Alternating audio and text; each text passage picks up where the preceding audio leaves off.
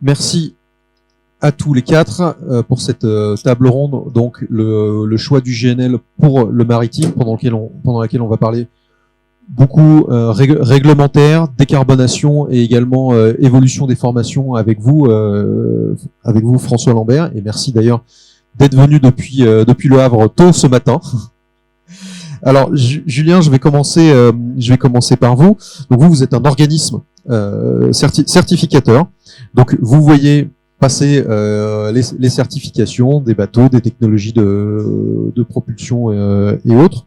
Donc est-ce que vous pouvez commencer cette table ronde peut-être en nous donnant un panorama des réglementations environnementales nationales et internationales, surtout voilà la vision Europe et la vision mondiale avec l'OMI, et voilà, on pourra aussi parler des défis des ports et armateurs pour justement répondre à ces réglementations. On vous écoute. Bon, merci tout d'abord pour l'invitation. Voilà, donc Julien Boulan, je représente Bureau Veritas. Donc, comme ça a été indiqué, on a un organisme, pour faire simple, de certification. Donc, on s'assure aux étapes conception, fabrication et en opération que les navires sont faits correctement. Et on émet des certificats pour ça. Dans ce cadre-là, on développe de la réglementation qui nous est propre et on utilise aussi de la réglementation qui est développée à l'échelle internationale. Et on participe à ces groupes de travail. Et dans ce cadre-là, voilà, on a une vision de ce qui est en train de se faire au niveau et international, l'OMI, et régional, l'Union européenne étant une instance régionale, US et Chine aussi, on voit ce qui se passe. Aujourd'hui, pour cette table ronde, on parle de transport maritime mondial, donc juste quelques ordres de grandeur en termes de demande énergétique. Le transport maritime mondial, ça représenterait le 6e pays dans l'ordre des demandes énergétiques. Aujourd'hui, le fuel qui est utilisé dans le transport maritime mondial, c'est 100% du fossile, c'est une source fossile, c'est de l'huile, enfin oil et du gaz. Donc la part du gaz monte. Aujourd'hui, on est à 4% en termes de propulsion.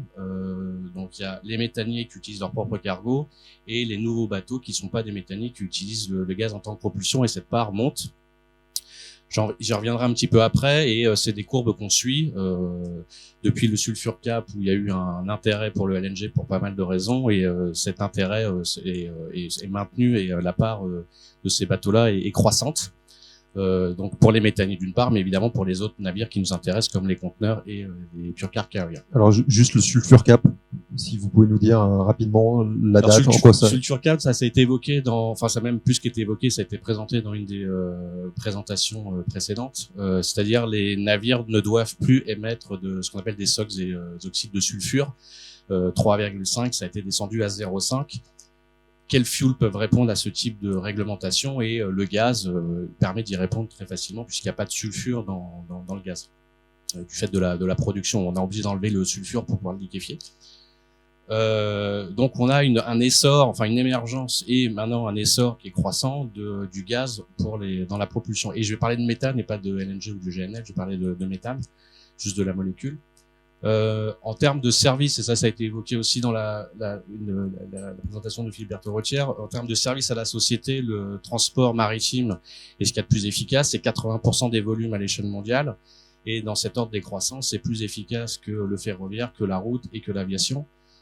Alors après, je vais peut-être déborder, mais en termes de société, il y aura peut-être des questions à se poser sur les reports modaux d'un mode de transport vers peut-être le maritime, qui apporte quand même des bénéfices évidents à la société vis-à-vis des autres modes de transport. Quand on parle des émissions de gaz à effet de serre, donc ça c'est dans la discussion de la décarbonisation. Et le premier message, c'est aussi sortir des énergies fossiles. Et de pas réintroduire du carbone dans l'atmosphère. Aujourd'hui, le shipping, donc c'est 3% des gaz à effet de serre aussi, ça a été évoqué.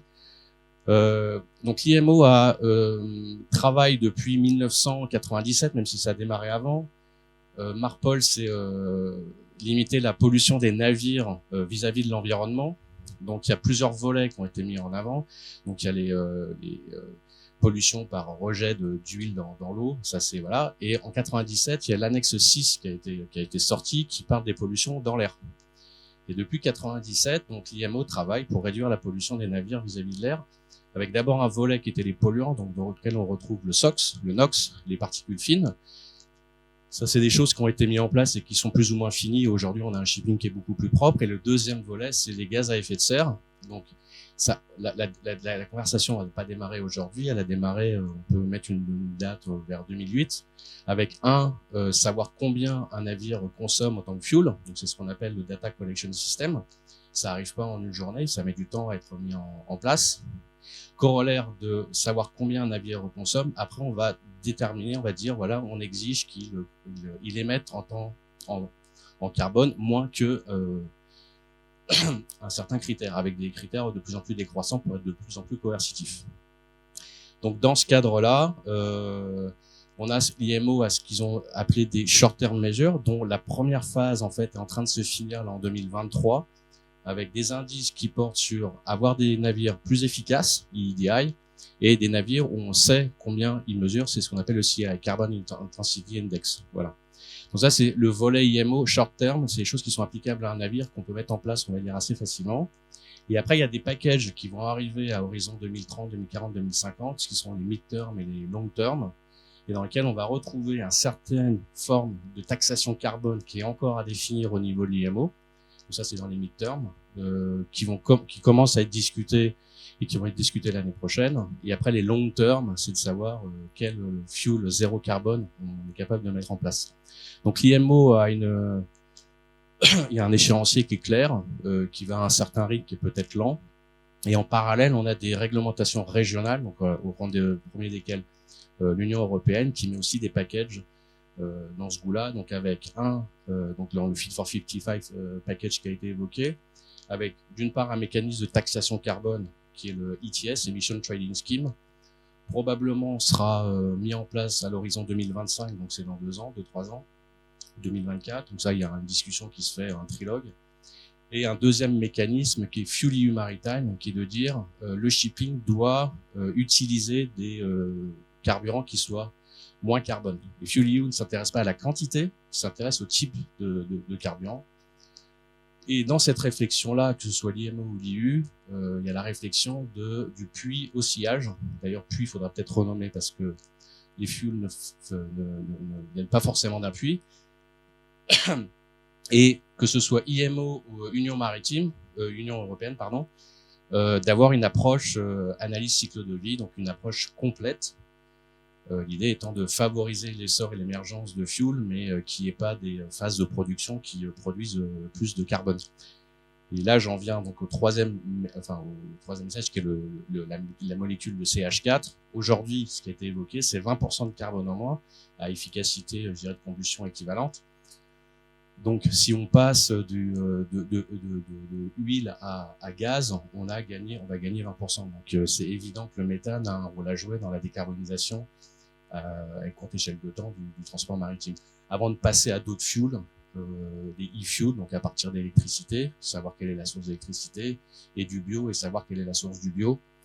Et tout ça, c'est des discussions qui se passent au IMO au niveau du bio. Comment est-ce qu'on évalue le bio pour ne pas favoriser des productions qui sont en fait défavorables en termes de CO2 et favoriser celles qui le sont. Justement, sur ces nouvelles molécules, il y en a une qui commence à émerger avec des premières commandes de bateaux, donc sur lesquelles vous travaillez, qui est le méthanol.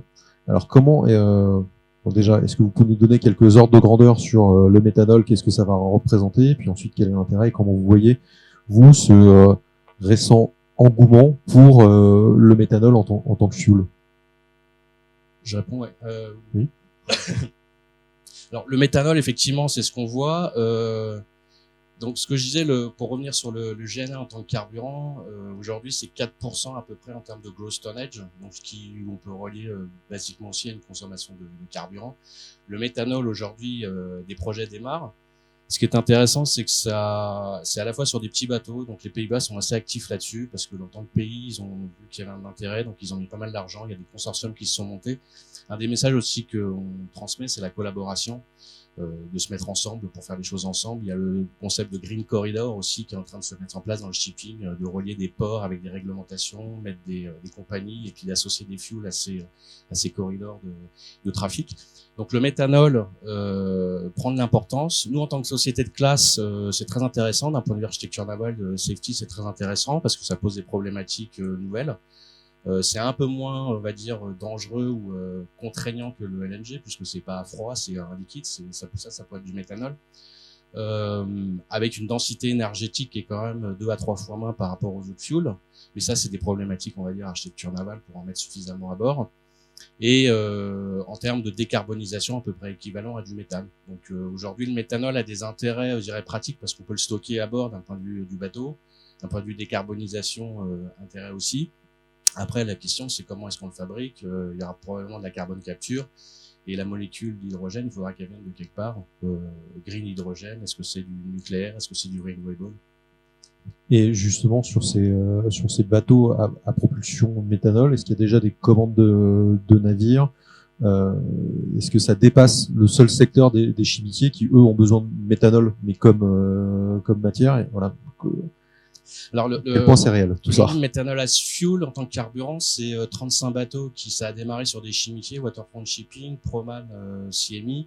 Donc, ils utilisent en fait leur propre cargaison pour la brûler, ce qui, quelque part, fait du sens. Et on voit maintenant d'autres secteurs du shipping, donc des conteneurs. Alors, je reviens aussi sur les conteneurs et aussi en termes de masse et d'ordre de grandeur. Les chiffres, on peut les quantifier, mais 20% des bateaux consomment 80% des fuels. Donc, si on veut s'intéresser à la décarbonisation, il faut s'intéresser aux gros bateaux. Donc, et les conteneurs font partie de ces gros bateaux-là. Donc, un opérateur au Danemark a indiqué son intérêt pour le méthanol à fuel. Un opérateur de conteneurs à Marseille a aussi indiqué son intérêt pour le méthanol. Donc, les choses se mettent en place. Et on voit d'autres projets aussi, enfin nous c'est ce qu'on constate pour du méthanol. D'un point de vue technique aussi, le méthanol c'est pas si différent d'un fuel, on va dire oil-based. Donc en termes techniques, on peut passer, la conversion se fait pas immédiate, mais on peut passer d'un fuel à l'autre. Alors qu'avec le GNL qui est cryo, c'est un peu plus compliqué. Donc le méthanol est en train de prendre de l'essor du fait de, entre guillemets, supposée facilité technique. Avec la question quand même de l'approvisionnement, bon, mais c'est pas à moi d'y répondre. Mais... Merci beaucoup. Frédéric Mayer, je me tourne vers vous sur les compléments que vous pourrez apporter sur le GNL carburant et les solutions de bunkering que vous pouvez offrir et comment vous voyez l'évolution de ces solutions et des fuels pour la propulsion. Tout d'abord, c'est vrai que le GNL en fait est le dernier et le premier de ces carburants alternatifs qui est arrivé sur le marché, avant même les biocarburants. C'est une histoire qui a à peine 10 ans, mais qui s'était accélérée, on l'a vu là dans les chiffres qui étaient présentés dans la session d'avant. Quand on se projette, on parle d'à peu près 800 bateaux. Le nombre de bateaux, ça veut tout et rien dire, il faut regarder la taille et la puissance des moteurs, qui correspondent à des consommations. Donc nous, dans nos scénarios, on envisage de l'ordre de 9 millions de tonnes en 2025 et un peu plus de 20 en 2030, en demande nominale. Ça ne veut pas dire que c'est la demande réelle. Donc il a clairement sa place pour 3 raisons principales. Comme on dit, c'était la disponibilité des infrastructures qui n'ont pas été créées pour la marine. Ils étaient déjà là pour le secteur de l'énergie, mais la marine en a profité, je dirais, à moindre coût. Deuxième raison, c'est son profil environnemental. Je mets dedans à la fois ces aspects, l'absence de polluants réputés dangereux, et ce qu'on a peut-être oublié, mais c'était son potentiel de décarbonation, puisqu'en fait le GNL n'est pas arrivé sur le marché par la décarbonation, mais par l'aspect économique, ce qui était moins coûteux que le fuel. Et ensuite, la troisième raison, ça va être lié à la technologie existe déjà. Les moteurs du fuel sont connus, sont réputés, ils s'améliorent. On parle beaucoup de methane slip, mais je pense que c'est une vraie question, mais c'est en train d'être résolu sur les fuites de méthane. On est en train de diminuer. Donc, je veux dire, ça a conféré effectivement à faciliter l'introduction du GNL marin sur le marché. La question, c'est de se projeter. Parce qu'on voit bien que le marché est en train de s'ouvrir. Vous citez le méthanol. Il y aura d'autres solutions. Et quelle va être la place et la légitimité du GNL marin dans ce mix de fuel, avec une difficulté qu'on connaît aujourd'hui, qui est liée à non seulement le niveau, mais surtout la volatilité. Je pense que c'est plus la volatilité qui est ici, qui crée du risque pour effectivement des investisseurs qui seraient en train d'hésiter. Aujourd'hui, s'ils avaient le choix, je pense qu'ils sont hésitants. Il y a 2-3 ans, ils ne l'étaient pas. Donc, quelle est la place? On pense que la place du GNL est là pour durer. Et quand on parle de GNL, on l'accompagne de ce qu'on disait avant, du méthane bas carbone qui va arriver à se développer, parce qu'il devra être accompagné. Pas par choix, mais par, je dirais, par la réglementation qui va l'imposer en fait. Qu'elle soit européenne, elle n'est pas encore complètement stabilisée, qu'elle soit de l'ordre international avec la réglementation de l'OMI, l'Organisation maritime internationale, qui est en train d'évoluer et qui va évoluer surtout l'année prochaine. Donc ce passway, comme on l'appelle, ou cette route, pour nous, elle est claire. C'est aujourd'hui du GNL, il y aura du biométhane, et un peu plus tard, du méthane synthétique ou e-fuel et méthane. Il faut maintenant arriver à provoquer du démarrage de production de ces nouveaux méthanes bas carbone et de les véhiculer, les acheminer vers ces terminaux. Parce qu'aujourd'hui, le GNL, il est physique, il n'est pas papier. Donc, on pense que dans les solutions pour faciliter l'émergence et l'adoption, il faut penser à des mécanismes de type certificat, où on parle de garantie d'origine sur le biométhane. On pourra imaginer des mécanismes similaires pour le méthane, si on veut qu'il soit adopté. Donc voilà, donc la place, elle est là aujourd'hui. Quand on projette, nous, on se projette jusqu'à 2050, on voit une part de marché qui sera non négligeable du GNL. Ce ne sera pas le seul fuel. Il n'ira pas sur tous les segments de marché, mais il a clairement sa part dans la contribution et il permet d'amorcer la transition du secteur pour réduire les émissions et d'amener ces nouvelles molécules, je dirais, moins chargées en carbone, mais toujours sur la même molécule. Ce qui est un avantage avec les moteurs qui sont déjà conçus pour ces molécules. Et alors, vous parlez de la volatilité des prix, parce que c'est vrai qu'en ce moment, on a des prix du GNL qui ont explosé, mais parce que la demande a explosé. Donc, est-ce que vous voyez un petit creux de demande sur le GNL as a fuel et un arbitrage peut-être en faveur des combustibles plus conventionnels, je dirais? Alors, je dirais c'est pas un creux, c'est un puits, puisque c'est en chute libre. Donc, on voit bien le comportement des acteurs qui ont oublié les aspects bénéficiaires du GNL dès lors qu'il est plus économique. Et, pourtant, on parle de 20 à 25% sur le type de moteur pour abattre le CO2. Pourquoi? Parce qu'on est dans une décarbonation qui est volontaire dans la maritime. Contrairement à l'aviation ou au routier, c'est des décarbonations qui sont imposées, parce qu'il y a des parties obligées et des incorporations. Donc la force du maritime, je pense qu'elle réside là, c'est que on a été capable de démarrer sur de la décarbonation volontaire, parce que aussi économiquement, on y était incité. Mais je pense qu'en rentrant dans la phase de décarbonation qui sera réglementaire, qui arrive, on n'y est pas encore aujourd'hui, ça va prendre encore 2-3 ans, je pense que le maritime va pouvoir clairement avoir beaucoup plus d'atouts que le secteur routier et l'aviation. Et donc, les surcoûts de prix, parce qu'on parle aujourd'hui du prix du GNL qui est effectivement largement décorrélé de ce qu'on avait imaginé, mais il va être corrélé sur des carburants qui vont arriver du même niveau de prix et moins denses en énergie. Donc il faudra ramener à des échelles comparables. Le panorama de comparaison ne sera plus le même dans 5 ans. Aujourd'hui, la référence, ça reste un carburant conventionnel qui est un sous-produit de raffinerie dont personne ne veut. Donc oui, il est facile à vendre et à commercialiser. Demain, ça sera plus le cas. Donc si même les prix du GNL devaient persister à des niveaux élevés par rapport à ce qu'on a connu, probablement avec moins de volatilité, il serait dans un panorama comparable, je pense, sur des énergies équivalentes, je ne parle pas en dollars-tonnes, à ces nouveaux carburants qui soient d'origine biomasse ou électrofuel. Donc, on a assez confiance sur la présence du LNG, et je dirais, et même si les prix devaient être aussi élevés. Merci. Alors justement, si on parle biofuel, Martin, on se tourne vers vous. Alors, Engie, leader du gaz en France avec Total Energy.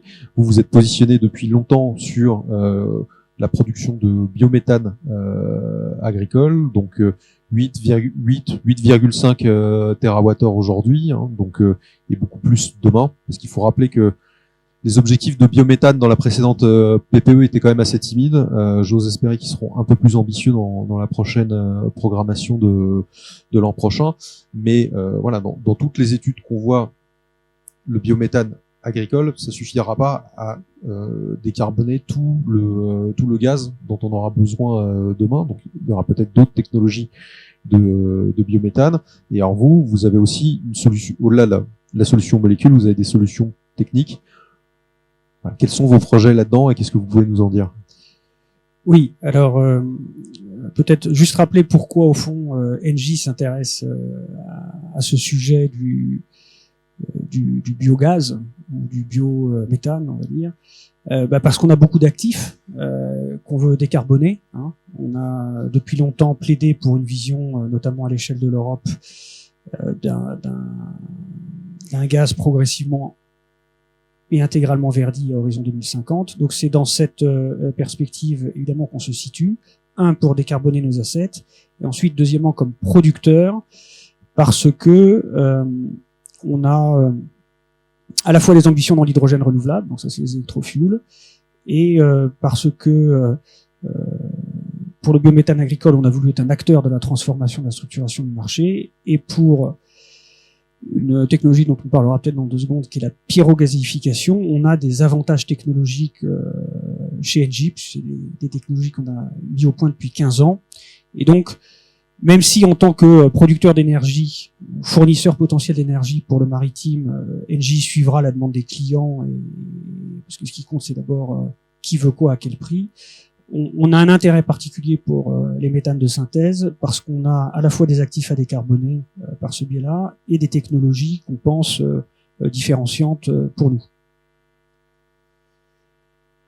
Donc ça c'est la première chose. La deuxième chose, c'est qu'effectivement, on fait partie des acteurs, mais l'AFG est un de ces groupements d'acteurs qui sont très nécessaires aujourd'hui, qui plaident pour une vision équilibrée du mix énergétique et des vecteurs de décarbonation.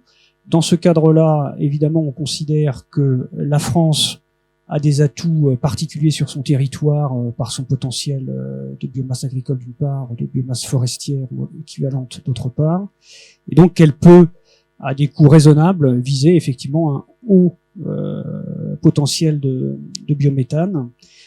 Voilà, on est suivant les acteurs sur l'idée que ça pourrait représenter entre 250 et 350 TWh à une échelle économiquement acceptable, donc à un prix pas trop élevé, 70-80 euros du mégawattheure à horizon 2050, et en fonction de la place qui sera laissée à l'hydrogène renouvelable dans un usage pur hydrogène. Voilà, il y a des débats là-dessus. Donc c'est un peu l'ensemble de ces technologies qu'il faut arriver à faire mûrir ensemble, et donc il faut faire donner le potentiel pour la décarbonation accélérée de notre mix en France, et puis d'un certain nombre d'usages, dont le maritime pour ce qui nous intéresse. Alors peut-être juste rappeler effectivement que en ce qui concerne le gros tonnage maritime, les solutions du moment, c'est décarboner, c'est le bio ou le e-méthanol, le bio ou le e-méthane. Le reste prendra plus de temps à venir. Pour les raisons qu'a rappelé Frédéric, de toute façon, le GNL pour le soudage du maritime est, j'allais dire, un marché en expansion, et donc on se projette dans l'idée qu'il faudra le verdir progressivement, et que d'une certaine manière c'est un marché captif dès lors que les obligations vont aller croissant. Et donc la vision d'aujourd'hui, c'est de dire le maritime fait partie de ces secteurs qui commencent à rentrer avec des obligations spécifiques, et donc qui, parce qu'ils ont des obligations particulières et donc une capacité à payer un premium pour la mise au point de ces carburants de synthèse, va pouvoir lancer les chaînes de production de ces nouveaux carburants à l'échelle industrielle requise.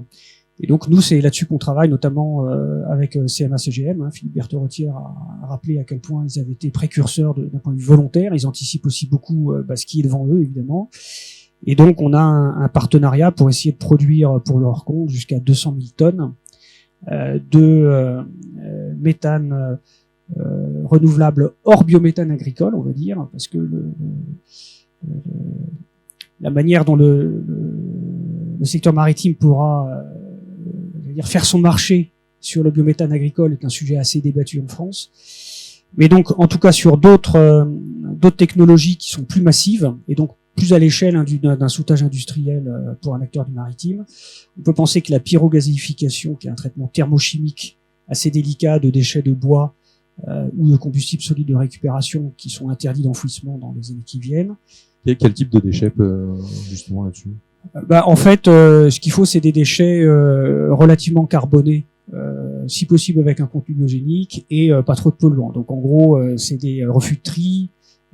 Alors il y a le bois B, donc les déchets de bois, c'est des cagettes, des meubles peints, vernis, etc. Donc ça, c'est pas trop compliqué à traiter.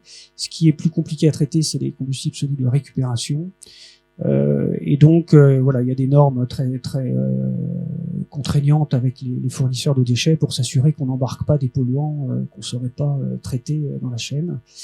Mais malgré tout, ça laisse quand même un certain nombre de potentiels intéressants, hein, qui sont du carton, des déchets de bois, des plastiques, des textiles, enfin bref, un certain nombre de choses, voilà, qu'on peut retraiter dans d'assez bonnes conditions par ces filières-là. Et puis il y a les électrofuels, donc le e-méthane, qui a l'avantage par rapport à ses petits frères, j'allais dire, d'avoir un peu plus de densité énergétique, et aussi d'avoir, comme ça a été rappelé, des chaînes aujourd'hui de production et de distribution et de soutage, hein, si on va jusqu'au bout, qui fonctionnent. Et dans laquelle il faudra pas réinvestir. Donc nous, au sein de la coalition que CMA-CGM a animée, Coalition pour l'énergie du futur, on a fait une étude un peu TCO, Total Cost of Ownership, pour un armateur utilisant tel ou tel fuel, pour voir un peu quel était l'ordre de mérite. L'ordre de mérite de l'e-méthane, j'ai envie de dire, c'est le maillot jaune. Il n'est pas toujours premier à l'étape sur les 7 critères qu'on avait regardés, mais quand on fait, quand on regarde le résultat de l'ensemble, de la maturité d'ensemble, et ben en fait, il reste aujourd'hui le plus attractif, notamment parce qu'en termes de motorisation et d'infrastructure de bunkering, il est aujourd'hui pensé pour ça, ce qui n'est pas le cas des autres électrofuels dont on parlait. Voilà, ni l'ammoniac aujourd'hui, ni le méthanol n'ont vraiment été pensés pour servir de carburant à la chaîne maritime. Et donc avant que ça se fasse, ça prendra quand même beaucoup de temps, même si certains acteurs comme Maersk ont un pouvoir d'accélération considérable. Et donc voilà, dans cette étude TCO, peut-être ce qu'on a d'ailleurs assez mal capturé, parce que c'est difficile à valoriser, c'est justement l'espèce de valeur acquise que représente cette infrastructure existante. Et si on se projette dans les navires qui sont commandés aujourd'hui, le fait que ces navires vont fonctionner 25 ans et que donc ils auront besoin de fonctionner jusqu'au bout de leur vie avec du méthane. Et justement, vous évoquiez l'ammoniac, qui n'est pas fait pour être un combustible à la base, hein, qui sera surtout d'engrais. Je ne sais pas si vous avez déjà des projets là-dessus de certification côté Bureau Veritas, et surtout peut-être côté NG, hein, si vous voulez répondre, passez-vous le micro. Mais surtout, comment est-ce qu'on gère naïvement, comment est-ce qu'on gère les NOx dans l'ammoniac, parce que justement, comme ça n'a pas été prévu comme combustible, il y a une question de densité énergétique et aussi une question de polluants émis.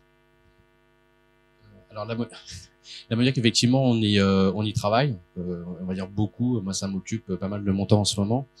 Avec 2 avantages pour l'ammoniac, c'est que le N2, qui est une des molécules précurseurs, c'est dans l'atmosphère en source à peu près infinie, et 2, la combustion, il n'y a pas de C, donc il n'y a pas de carbone. Et quand on met tout le reste, il y a quand même pas mal de problèmes à résoudre. Enfin, je vais pas détruire l'ammoniac parce que c'est pas le but, et puis on le détruit pas, mais c'est assez compliqué, ça brûle difficilement. Il y a pas mal de sous-produits de combustion comme du NOx ou du N2O qui a été évoqué par Philippe, qui sont eux-mêmes des gaz à effet de serre bien plus problématiques. C'est pas pensé pour être. Il y a une compétition d'usage puisqu'aujourd'hui la moitié de l'ammoniac c'est pour en faire de la fertilisation. Enfin, dans 80% c'est pour fertiliser, pour faire de l'agriculture, donc il y a un intérêt aussi pour la société. Est-ce qu'on a envie de le brûler? Alors la question, est-ce qu'on y travaille? Oui, on travaille avec beaucoup de chantiers, notamment en Asie, qui voilà, sont les chantiers coréens. Ils réfléchissent à des concepts de navires, sans forcément être attachés à des navires en particulier, mais ce qu'on appelle le fuel supply system, c'est-à-dire la chaîne entre le soudage, le tank et la fourniture au moteur, avec les problématiques que vous avez évoquées, qui sont les problématiques sécurité. Donc c'est quand même inflammable, même voire très peu, mais c'est surtout toxique.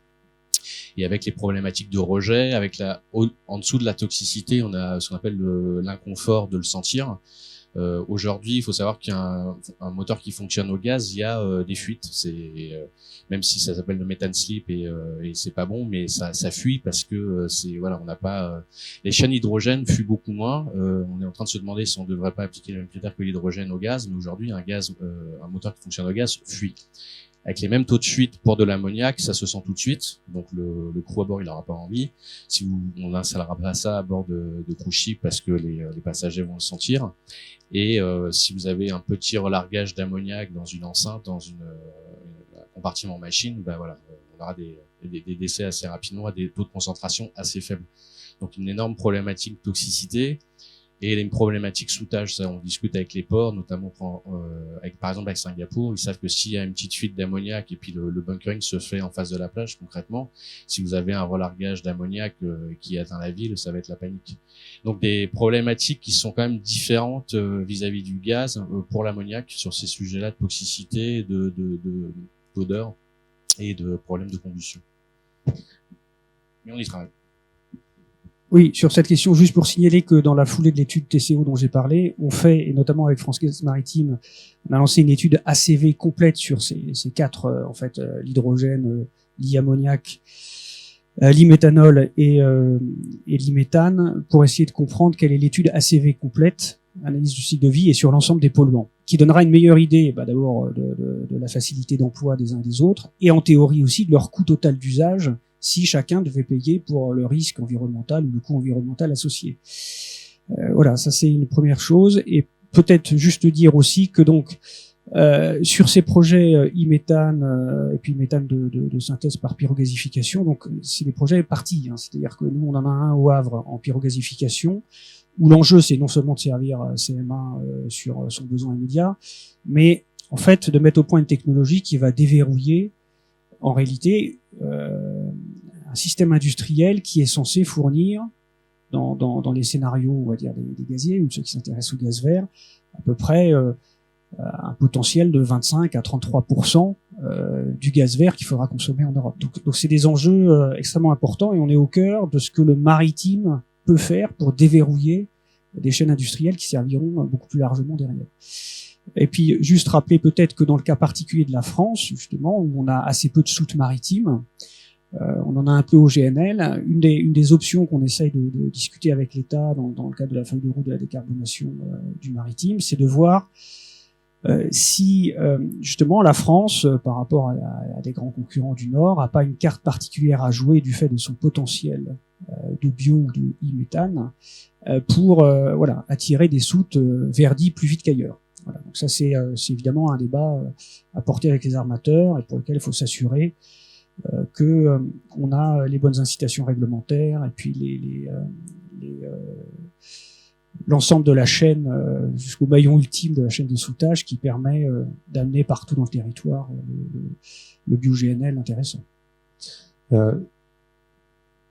Allez-y, je voulais vous poser une question, mais non, j'avais la question de la compétition des usages, parce que on la voit dans le GNL, vous l'avez évoqué. Enfin, le GNL à la base c'était surtout pour faire de l'énergie plus que de la propulsion maritime. Là, comme on a des prix élevés, on a le puits de GNL. Peut-être que les armateurs se tournent vers d'autres types de fuel. Sur l'ammoniac, on aura aussi la question de la compétition des filières, hein, parce que l'ammoniac c'est un engrais à la base. Sur le méthane et un explosif, oui.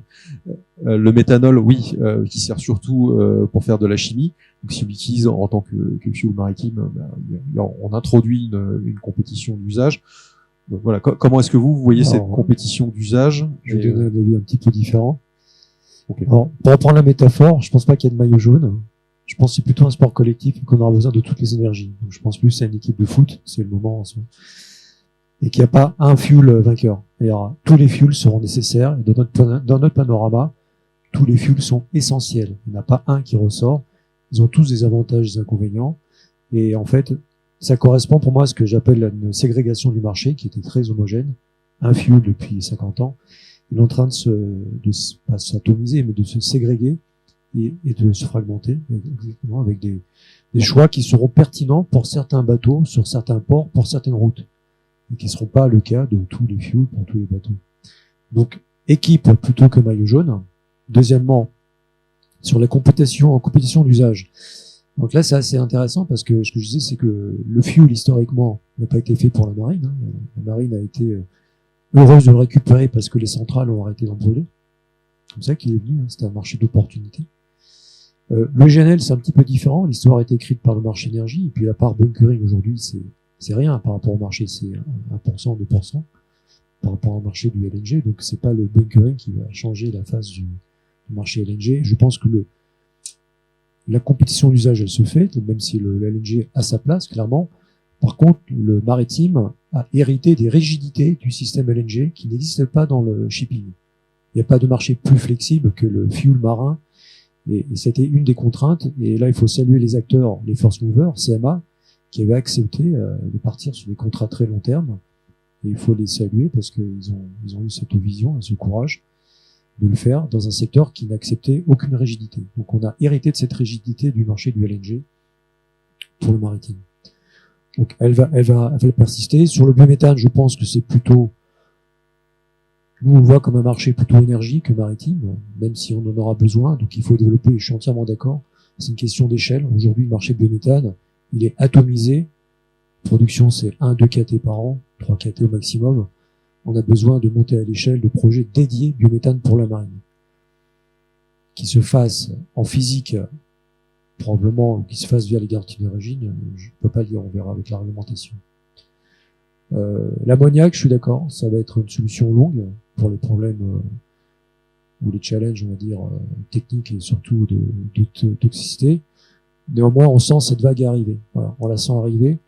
Et en fait, elle ne va pas arriver par le maritime, elle va arriver par le monde de l'énergie. L'ammoniac va se développer d'abord dans le secteur de la génération électrique, puisqu'il va être utilisé dans une horizon de 5 ans, dans les centrales thermiques, pour être utilisé en co-firing avec du charbon déjà. C'est pour décarboner les centrales à charbon. Et on voit le Japon, la Corée qui va suivre, Taïwan et la Chine aussi, qui sont embarqués sur cette mesure. Et ensuite aller vers les centrales à gaz pour aussi décarboner les centrales thermiques fossiles. Donc cette demande va créer une composition d'usage naturelle avec le maritime.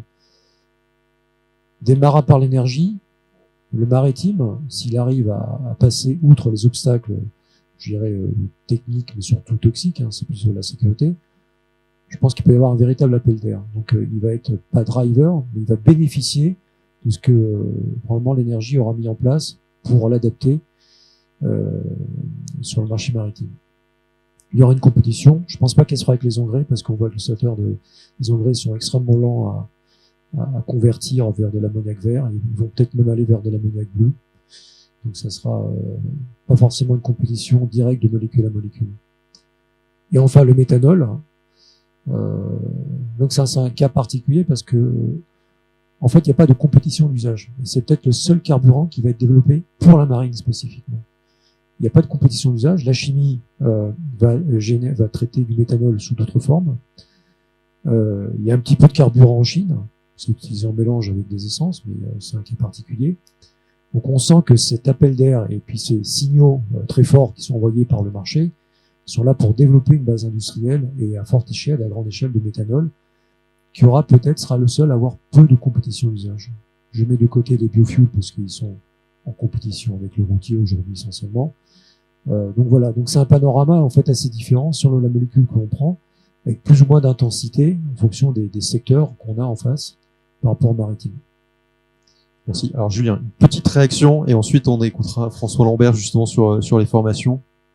Oui, et du coup, c'était pour rebondir sur ce que j'avais dit au préalable sur la stratégie IMO de réduction des gaz à effet de serre. Et il y a 3 volets. Donc, il y a le volet carburant dont on parle, et il y a les 2 autres volets qui sont l'efficacité énergétique, donc d'avoir des navires qui soient moins consommateurs. Et le 3e volet, c'est l'excellence opérationnelle, tout ce qui a été évoqué par Philippe dans son discours introductif. Efficacité opérationnelle, on parle de smart ship, d'optimiser le trafic, de réduire le temps passé en mer, le temps passé au port. Donc là, et ça permet de répondre à la problématique de la compétition d'usage. Sur l'efficacité énergétique et le 2e volet, se poser la question s'il n'y a pas des énergies qui sont propres aux maritimes qu'on pourrait utiliser. Et ça m'amène sur le vent. Alors ça va peut-être vous faire sourire. Il y a 200 ans, les navires, ou il y a 500 ans, les navires fonctionnaient au vent. Aujourd'hui, on y revient. La conversation est de plus en plus claire là-dessus. Apport énergétique, 5, 10, 15%, c'est des choses mais c'est quelque chose qui est en train de se mettre en place. Et le vent, donc qui s'ouvre dans une voile, c'est là où il y a le minimum de transformation énergétique. Vous avez du vent qui tape la voile et qui se transforme en énergie propulsive. Et on n'est pas en train de parler de green, de e-fuel, d'ammonia, de combustion et de choses comme ça. Ça fait partie de la feuille de décarbonation du maritime français. Nous, en tant que classe, on est en train de travailler dessus. On va proposer ce qu'on appelle des notations de classe pour réellement donner de l'assurance et de la confiance aux gens qui développent ces systèmes-là et qui les installent à bord, et les armateurs qui font ce choix-là. Voilà, on n'est pas les seuls à le faire, évidemment. Et en France aussi, on a un gros cluster en termes d'ingénierie. On a beaucoup de compétences. C'est des choses aussi à développer.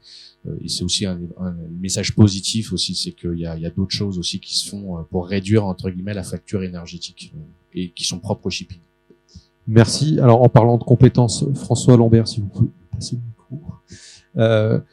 Donc, vous êtes président de l'école, donc directeur général de l'ENSM. Excusez-moi, vous venez du Havre ce matin pour témoigner à cette table ronde. Merci à vous. Alors, effectivement, tout change dans le maritime, la technologie, le combustible, on a un mix, des nouvelles réglementations et autres. Donc voilà, pour reprendre une certaine image, le GNL, c'est plus juste un mémoire de 5e année, c'est intégré au tronc commun. Comment vous voyez l'évolution de toute cette formation, les compétences dont on va avoir besoin, et comment est-ce que vous adaptez, vous, l'école, pour qu'on ait ces compétences au rendez-vous demain pour répondre aux besoins du secteur maritime? Merci. Bonjour à tous. Oui, je vais peut-être commencer par le mot qui a été prononcé sur le cluster, parce que on a segmenté sur les 2 tables rondes, d'abord sur le marché de l'énergie, et là aujourd'hui à l'instant sur une dimension plus maritime et applicative. Et je rebondis sur ce que vous avez dit sur la capacité d'ingénierie qu'on a, non seulement sur le vent, mais aussi sur l'ensemble des énergies. Et je crois qu'il faut le saluer parce que c'est assez historique. On en parlait tout à l'heure à la pause. La complémentarité entre celui qui construit le navire, celui qui l'arme et celui qui l'accueille, c'est-à-dire le chantier, l'armateur et le port, elle n'est pas complètement admise. En France, on a fait des choix. Les ports français ont un peu disparu des classements internationaux. Ils sont en train de se repositionner grâce à une stratégie nationale ambitieuse, mais ils ont un peu disparu des classements internationaux. Les chantiers français, c'est pas une attaque, mais depuis 1964 et le Japon qui a dépassé la Grande-Bretagne dans le niveau des chantiers internationaux, ils ont continué à diminuer. Ils sont en train de se revaloriser aussi, et c'est grâce au prisme de la transition énergétique. Et les armateurs, c'est pareil. C'est-à-dire qu'on a un pavillon qui est de plus en plus attractif. Faisons de cette complémentarité, qui est sous l'égide notamment du cluster maritime français, vous avez parlé de la coalition, vous avez parlé aussi de CMA-CGM, d'un champion national, faisons de cette complémentarité au prisme de la transition énergétique une chance pour pouvoir arriver à rassembler tout le monde. Parce que quand ça marche bien, les chantiers, les armateurs et les ports, et ben ça donne des réussites comme la République de Venise, avec une possibilité insoupçonnée de complémentarité. Donc moi je crois beaucoup à ce mix tel qu'il est présenté, au-delà de la capacité et la transition qui est apportée par le GNL et autour des différents items que vous avez développés, technologies que vous avez développées, et notamment l'énergie par le vent.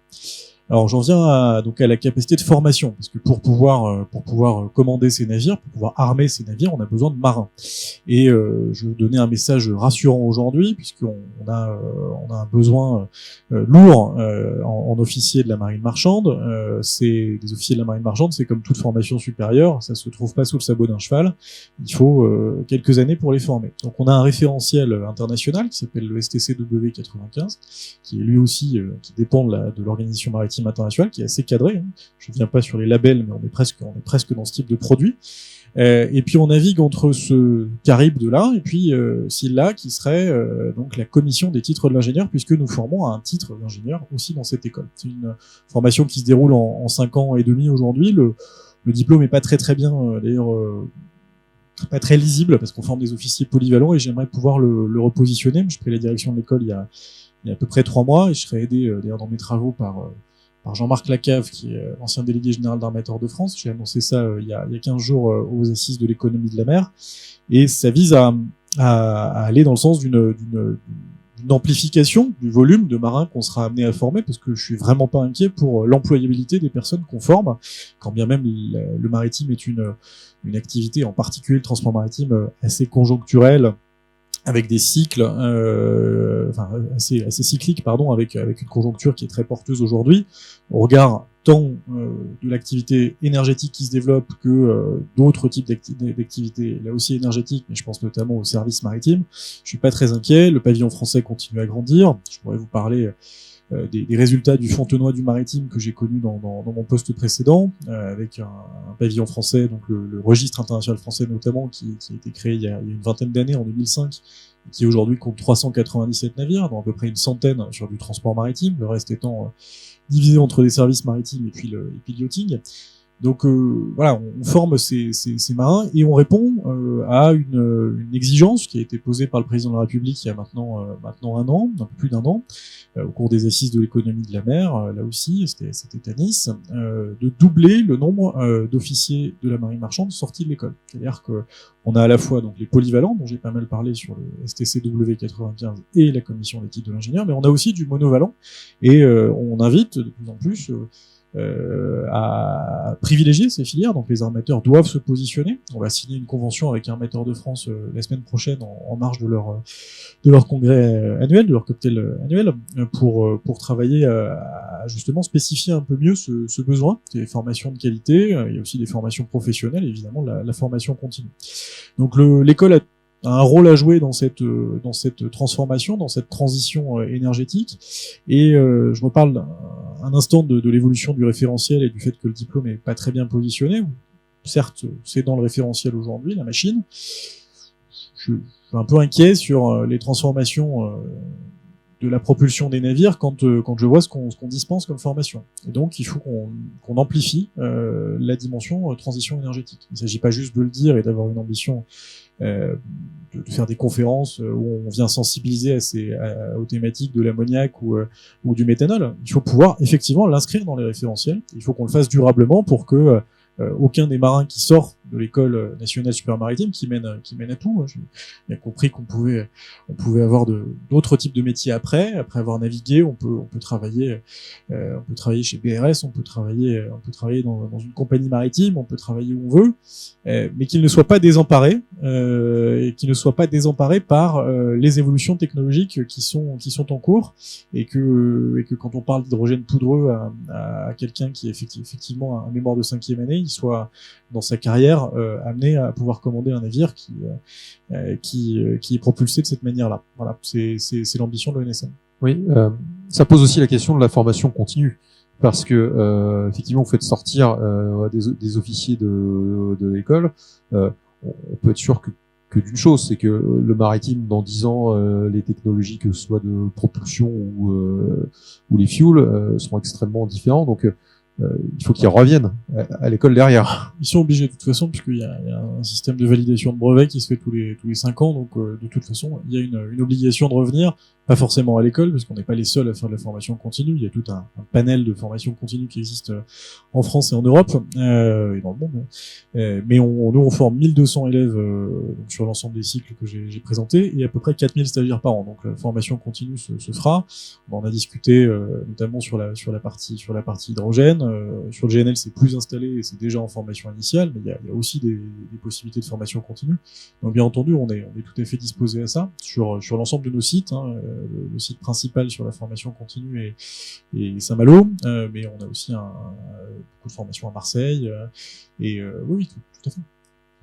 Alors Julien, je vous fais rebondir parce que vous vouliez, et après on passera aux questions parce que la salle a beaucoup de questions. On a aussi, effectivement, on a un corpus d'ingénieurs de revue, d'ingénieurs qui font le suivi de construction, et cet effort, enfin, on parle de navires fonctionnant au GNL, mais ça vient pas en un claquement de doigts. On a on fait en permanence du retour d'expérience, de savoir ce qui fonctionne pas, ce qu'il faut qu'on améliore. Les efforts de formation, c'est continu chez nous. Et récemment, on a complètement remis tout à plat pour distinguer tous ces new fuels.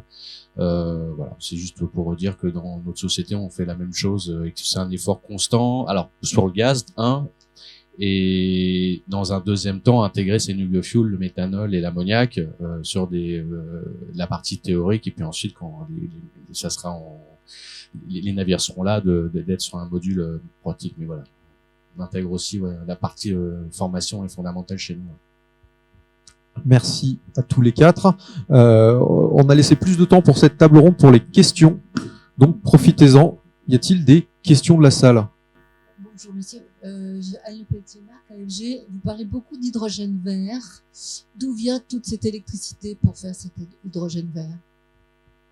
Alors, c'est effectivement une des grosses contraintes à prendre en compte quand on veut passer aux électrofuels. Je distinguerais entre le débat franco-français, enfin européen, et puis le reste du monde. En gros, il y a un débat assez politique en Europe pour savoir quel est l'hydrogène qu'on a le droit de favoriser, en fait. Est-ce qu'il faut être purement dans le renouvelable dédié, en s'assurant d'ailleurs que ça vient pas ralentir le verdissement du mix électrique par ailleurs? Est-ce que le nucléaire peut y contribuer? Est-ce qu'il y a éventuellement d'autres types d'électricité bas carbone qui peuvent être admis? Donc ça, c'est un débat très européen, très sensible. Et puis, j'allais dire, il y a quand même des tas d'autres pays dans le monde où on sait qu'il y a un potentiel d'électricité renouvelable, pour le coup pas très cher, qui peut être mobilisé, même si, on l'a dit tout à l'heure, je crois, enfin, vu la moindre densité énergétique, il faut en gros, enfin, si on voulait faire rouler fonctionner tout le parc maritime actuel à des électrofuels, il faudrait construire, je crois, l'équivalent du parc de production électrique aujourd'hui, c'est-à-dire de l'ordre il faudrait 12 000 TWh, quelque chose comme ça. Donc voilà, on voit bien que il y a une question effectivement d'échelle, d'où ce qui a été dit tout à l'heure, c'est-à-dire qu'il faudra tout utiliser pour arriver à tenir cette ambition de décarbonation du maritime. Mais c'est aussi un des vecteurs très probable d'accélération de ces nouvelles chaînes liées à l'économie de l'hydrogène, et c'est en ça que c'est très intéressant à regarder de très près. Si je peux ajouter un complément sur l'hydrogène, donc il y a l'hydrogène vert ou rose, suivant qu'il fait au nucléaire ou au renouvelable. Bon, ça c'est très franco-français et très européen. Il y a aussi d'autres types d'hydrogène bas carbone, puisqu'on a l'hydrogène bleu qui a été évoqué dans la table ronde précédente, donc c'est-à-dire de l'hydrogène par vaporeformage, mais dont vous captez le CO2. On va avoir aussi de l'hydrogène fait par pyrolyse. Et ensuite, je pense que tous les acteurs autour de cette table ont été assez prudents quand même sur l'hydrogène, l'ammoniac, enfin le combustible qui va surtout monter dans les prochaines années, c'est surtout le GNL. L'hydrogène ammoniac va plutôt être au-delà de 2030-2035, hein, donc où normalement on aura résolu certains problèmes sur l'électricité, en tout cas j'espère. Une autre question, oui, au fond de la salle. Merci, donc Jean-Marc Lacave, ancien délégué d'Armateurs de France. Moi j'avais une question sur, en faisant le constat, en vous écoutant, d'ailleurs merci pour ces conférences très intéressantes, qu'il y a un contraste assez fort entre l'enthousiasme du court terme et puis le long terme, où il y a beaucoup d'incertitudes encore qui subsistent.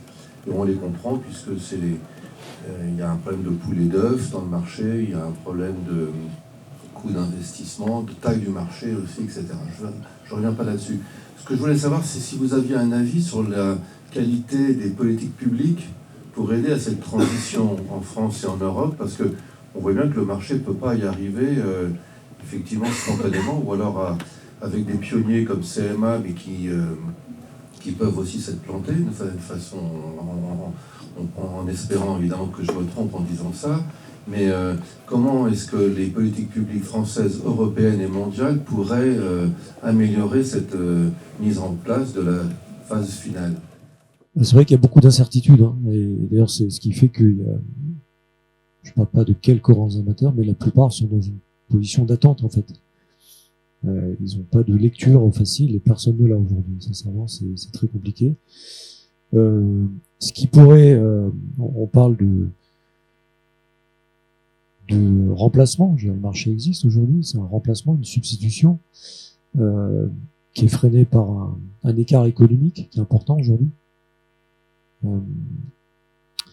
Il peut y avoir effectivement, et on voit bien, enfin, deux attitudes. Là, je prends un peu de recul, mais on voit bien l'Europe qui est plutôt à donner des règles et plutôt des pénalités. On voit bien les États-Unis qui sont plutôt là à donner des incentives à produire. Donc, on imagine facilement que dans le futur, il y aura un flux de ces énergies décarbonées US-Europe. Aujourd'hui, la construction de la réglementation européenne se fait sur un système qui est pénalisant et pas incitatif. Ce qui pourrait pallier, c'est effectivement donc l'ETS est plutôt une bonne solution, hein. C'est cette taxe carbone, donc on l'appelle comme on veut, hein, ETS en Europe, les différentes appellations, qui pourrait favoriser à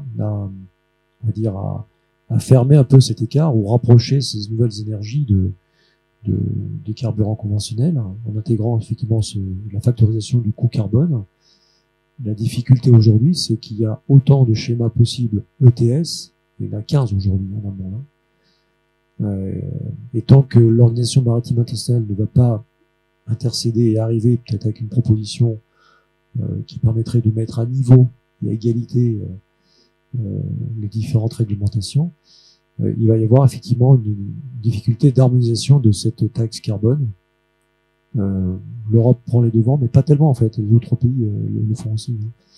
Mais il n'y a pas de correspondance. On pense que ça devrait, à un moment donné, s'harmoniser. Il y aura forcément un coût du CO2, mais il est inhérent à chaque industrie, hein. Le maritime est différent de la pétrochimie, de la raffinerie, de l'aviation. Mais effectivement, le coût, la taxe, l'incentive de mettre des carburants décarbonés par rapport à ceux qui sont carbonés peut venir en delà. Du coup, rien à ajouter parce que oui, enfin c'était ça, ouais. Enfin, au niveau du paquet la Fit for 55 au niveau de l'Union européenne, donc le Emission Trading Scheme, donc c'est une révision de quelque chose qui existe déjà. Donc la question est de savoir si on met le shipping dedans ou pas. La question qui est plus fondamentale, c'est comment est-ce qu'on le révise aussi, avec à quel prix on fixe cette taxe carbone. Donc ça, c'est au niveau de l'Union européenne, où finalement il y a pas beaucoup de pays, peut-être qu'on va arriver à quelque chose. Et après au niveau OMI, et c'est ce que je disais en remarque préliminaire, les travaux vont démarrer l'année prochaine. Et où c'est une vraie question, à combien on va la fixer cette taxe carbone, avec aussi pour l'IMO l'intention d'intégrer d'autres objectifs sustainability qui soient plus que les gaz à effet de serre, mais savoir est-ce qu'on va utiliser de l'eau, qui sont les fameux objectifs sustainabilité des Nations Unies. Donc il y a vraiment une discussion générale qui est sur un sujet qui est très complexe. Voilà, sur à combien fixe-t-on cette taxe carbone, quoi. François? Merci. Juste peut-être le pendant de ce que vous venez de dire au plan technique sur les politiques publiques, parce que la question était aussi assez large là-dessus, et les dispositifs incitatifs qu'on pourrait prévoir. Aujourd'hui, il y a donc le trépied qui est défendu par Armateurs de France historiquement autour du crédit bail, des hypothèques et de la taxe au tonnage, mais qui a connu une évolution importante pour l'encouragement du développement du pavillon français avec le Fonds pour du maritime, autour de l'évolution d'un autre article du Code général des impôts, qui est le 39 DCSC sur le suramortissement vert. Je pense que ça, on devrait pouvoir permettre, vous en avez parlé un peu sur le rétrofit tout à l'heure, d'adapter une partie de la flotte. Et ça, il faut trouver un moyen de le faire. C'est-à-dire qu'on a des navires verts qui sont à la portée de la main. Simplement, il faut pouvoir développer ce type d'encouragement, et ça suppose des possibilités de financement. On a aussi une limite qui est portée par le secteur bancaire aujourd'hui avec les critères de BEL 4. Ça, on doit pouvoir trouver d'autres sources de financement, et notamment par le biais assurantiel. Et puis, moi, je continue à le dire. Je vous félicite pour le décryptage que vous avez fait entre l'OMI et les ETS, etc. Il faut de la lisibilité. C'est-à-dire qu'on ne peut pas changer et être soumis à chaque COP qui se passe à Paris ou à Sharm el-Sheikh à de nouveaux objectifs qui viennent nous inviter pendant 3 semaines à faire des séminaires sur la correspondance entre ce que pense l'Europe et la trajectoire mondiale de l'OMI. C'est pas possible. Je pense que les acteurs peuvent pas s'y tenir. Donc il faut un objectif clair. Celui de l'OMI, il est extrêmement clair. Il est ambitieux. 40% de moins 2040, 50% de 2050. Ça, l'Europe doit pouvoir l'admettre et faire en sorte d'encourager cet engagement du secteur maritime à se transformer. Et là, l'État, je crois, doit pouvoir aller au bout de la logique de soutien au secteur qui s'adapte et qui se transforme par le biais d'un dispositif ambitieux lié au rétrofit. Merci. Vous vouliez dire un mot, Martin, ou sinon on prend une autre question? Non, enfin, je pense que peut-être juste insister quand même sur le pragmatisme dont on a besoin de la part des décideurs. Et donc, comme c'est très compliqué au niveau européen, puisque les règles se négocient très longuement et très âprement, ce qui peut être facilitant au niveau national, c'est bien de partir d'une vision projet. Quels sont les projets qu'on veut voir décoller vite, et comment on s'assure qu'on a un cadre réglementaire qui permet de faire décoller. Ça a été beaucoup d'acteurs ici ont travaillé justement pour que le maritime puisse avoir accès dans des conditions économiques acceptables à des gisements de biométhane ou de gaz bas carbone. Et donc voilà, c'est porté aussi dans le texte actuel sur l'accélération des ENR. Voilà, c'est des pas hyper pragmatiques, centrés sur des projets qui sont prêts à décoller et dont l'urgence c'est qu'ils voient le jour. Merci. On a le temps pour prendre une autre question. Ici, puis ensuite au fond de la salle. On va peut-être prendre les 2 questions en même temps. C'est une question assez simple. J'ai la chance de passer plusieurs mois par an en Grèce. Comme vous le savez, il y a quelques bateaux en Grèce. Il y en a même plein. Et ces d'innombrables cars ferry qui se baladent d'île en île, je n'en ai jamais vu un au GNL. Alors la question que je me pose, c'est est-ce que c'est facile de faire du rétrofit sur ce genre de navire? C'est des navires qui font entre 100 et 200 mètres en général, qui fonctionnent au fioul évidemment. Alors je sais qu'on peut évidemment mettre des filtres sur les moteurs, mais est-ce qu'il y a un moyen pour les adapter au GNL par exemple? Parce que là il y a énormément de pollution dans le port du Pirée, je peux vous dire. Le moins qu'on puisse dire. Oui, on vous croit sur la pollution du port du Pirée. Et une autre question au fond de la salle, comme ça on prend les deux questions, et après il sera le temps de conclure. Oui, il y a un point qui n'a pas été évoqué là, dans ces options de décarbonation, c'est la capture à bord du CO2. Et d'ailleurs, c'est aussi, on a comparé un peu les différents flux avec les différentes caractéristiques. La segmentation qu'évoquait Frédéric Meyer. Là, il y a aussi une sous-segmentation, parce qu'avec du GNL, pour faire de la capture à bord, il faut un échangeur thermique, c'est relativement facile. Avec de fuel, il faut une capture à la ligne, c'est plus compliqué. Donc, et ça fait aussi partie des économies de le développement, de la complexité aussi, des investissements qu'il faut faire et de la possible attractivité du secteur France pour répondre à ce genre de points. Donc, quel positionnement la France doit prendre sur ces aspects CO2 et comment on avance là-dessus? Merci. Donc 2 questions, rétrofit GNL et le peu de bateaux à propulsion GNL en Grèce et la captation carbone à bord. Qui se lance? Frédéric Meyer. Alors, à mon avis, j'y étais il n'y a pas longtemps, donc j'ai vu tous ces bateaux. Rétrofit GNL pour cette taille de bateau, c'est compliqué. C'est surtout très coûteux. C'est pas la bonne taille. Donc, je pense pas que ce soit une bonne idée. Je pense à d'autres rétrofits ou passer en biocarburant. Et bientôt, ils seront en diesel, parce que quand la douzaine sera à CK, bas soufre en Méditerranée, il n'y aura plus pour plus brûler de VLSFO. Après, rétrofit, méthanol, c'est possible pour ce type de moteur. Je pense à des 4 temps de puissance moyenne, donc possible. GNL, ça va être compliqué. Voilà, sur la deuxième question, c'est quelque chose qu'on regarde effectivement.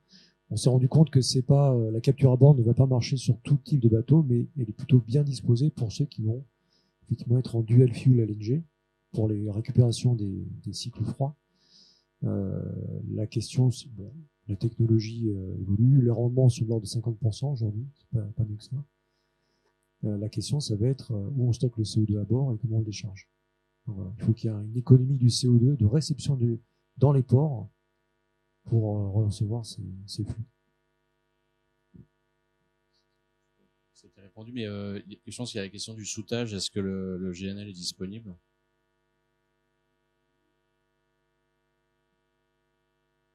Alors sinon, pour peut-être pas forcément être en porte-à-faux, mais c'est des navires qui sont sur du captif, ils savent où ils sont, ils savent où ils vont être. À mon sens, si c'était disponible, je sais pas. Enfin, il y a peut-être sûrement des paramètres que j'ignore, mais c'est typiquement des navires captifs où ça a du sens de développer une chaîne spécifique à condition qu'on leur rapporte, quoi.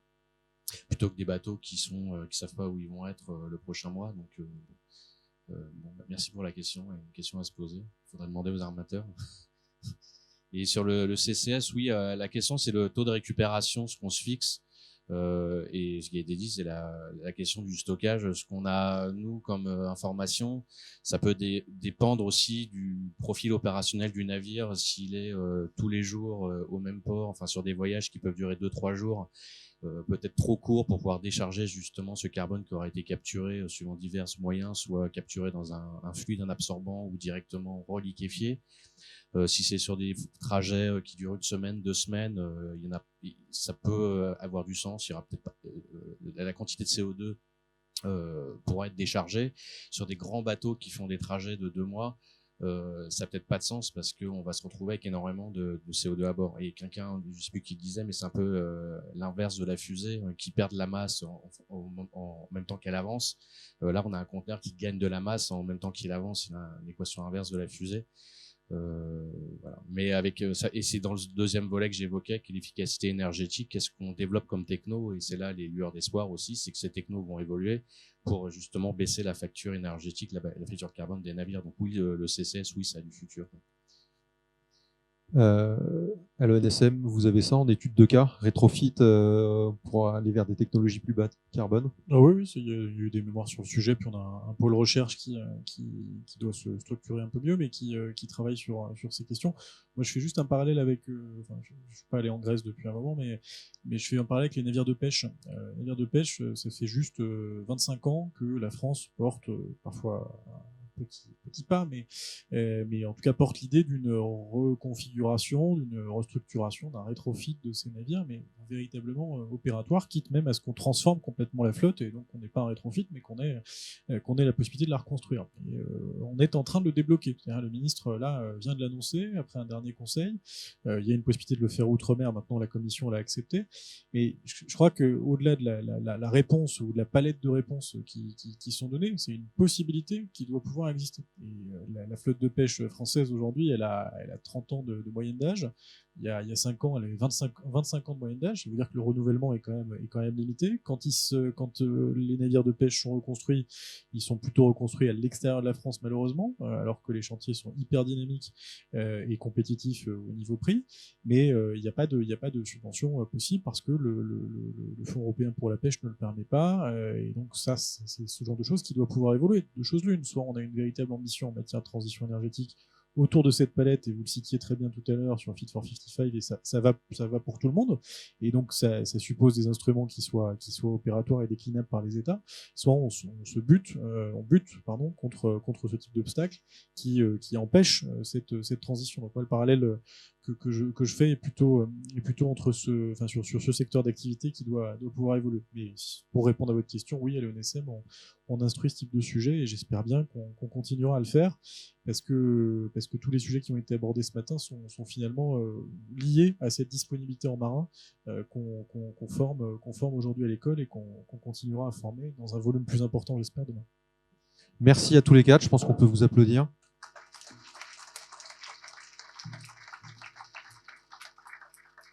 Et pour conclure cette magnifique matinée, avant d'aller se sustenter, Thierry, je te laisse la parole pour le mot de la fin. Je vais pas être très long, juste un grand merci à tous les intervenants particulièrement. Je pense qu'on a appris énormément ce matin.